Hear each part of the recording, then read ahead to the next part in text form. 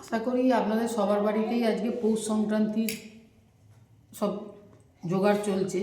আজকে পিঠে করার প্রথম দিন, তো আমিও পিঠের জোগাড় করেছি, সবাই মিলে খাবে।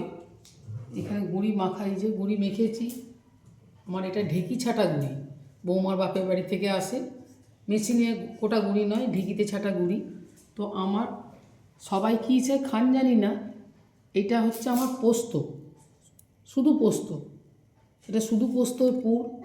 এইটা হচ্ছে নারকেল, আমরা ছাঁচ করি না, মানে গুড় দিয়ে করি না, আমরা এইভাবে খাই, যেহেতু গুড় দিয়ে পিঠেটা খেতে হয়। আর এইখানে আছে আলু সেদ্ধ করে ঝাল ঝাল করে মাখা। তাহলে 3 রকম পিঠে আমাদের বাড়িতে হয়। কিছুটা আমার পিঠে হয়ে গেছে অলরেডি, আর এই যে এখনও গড়া চলছে, এগুলো সব এখনও গড়তে হবে। তো আপনারা শুভ পৌষ সংক্রান্তি জানাই সবাইকে। আজকেও পিঠে খাবেন, কালকে সংক্রান্তিতেও রোদ পিঠ করে চান পান করে উঠে সবাই পিঠে খাবেন। আশা করি আপনারা কে কেমন পিঠে খান জানাবেন, কিসের পিঠে খান জানাবেন।